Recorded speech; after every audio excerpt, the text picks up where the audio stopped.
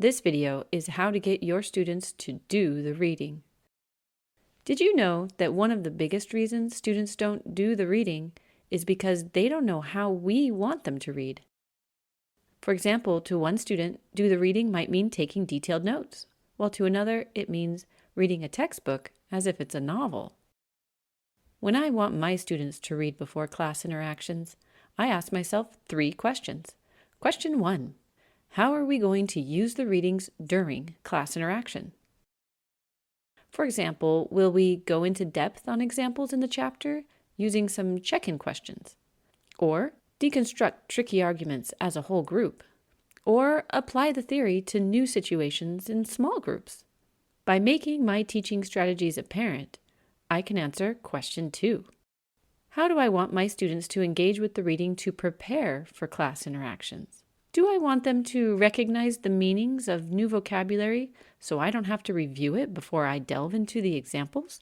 Or compare perspectives from various authors so we can get right into deconstructing tricky arguments? Or outline a theoretical framework so they can try solving problems with it in small groups?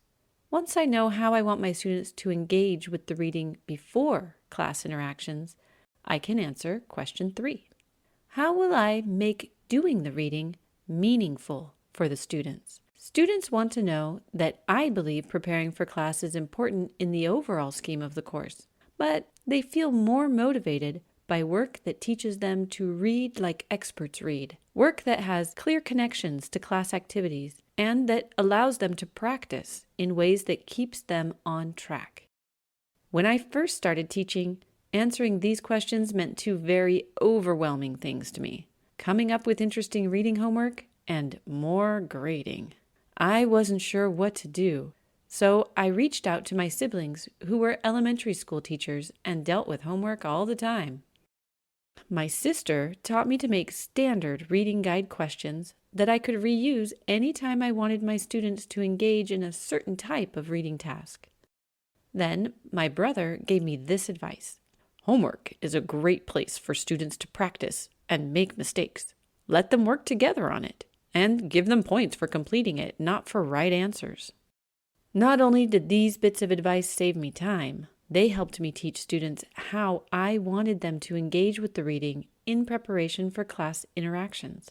And that brings me full circle back to question 1.